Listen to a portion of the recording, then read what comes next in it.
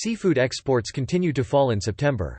According to the General Department of Vietnam Customs, in September 2020, the country's seafood exports are estimated to reach 129,000 tons with a total worth of $600 million, down 34.3% in quantities and 27.39% in value as compared to the same period last year. Vietnam has seen a sharp decrease in seafood exports for 2 consecutive months. Sales of 128,580 tons of seafood were recorded in August, valued at $595 million, down 30.6% in quantities and 26.6% in value as compared to the same period last year.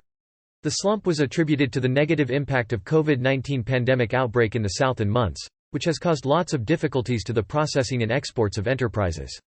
Vietnam's seafood exports totaled 1.418 million tons in the first 9 months of the year, valued at $6.169 billion, down 0.71% in quantities and up 2.4% in value as compared to the same period last year.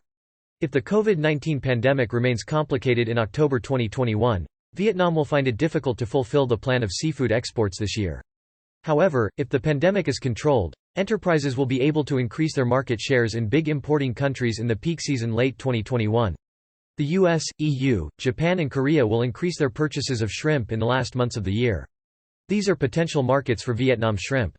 Sales are forecasted to rise in big markets in October and mid-November. Localities and enterprises are boosting the vaccination for workers and employees in processing factories and industrial zones so that the supply chain will not be disrupted. Noticeable sales of Pangasius have been recorded in the US, meanwhile a decrease was reported in China and ASEAN. Exports of this species to the US, Russia, Mexico and Brazil should be boosted in the future. Demand for Pangasius in China, Australia and ASEAN may increase again. However, the COVID-19 pandemic will cause a lot of trouble to Pangasius processing and exports.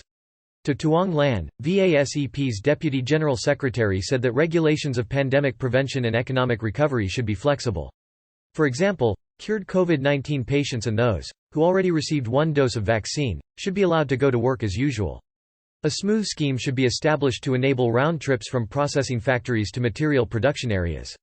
The 3 on-site scheme should be replaced with a more effective method so as to reduce production costs and facilitate the safety and peace of mind for workers.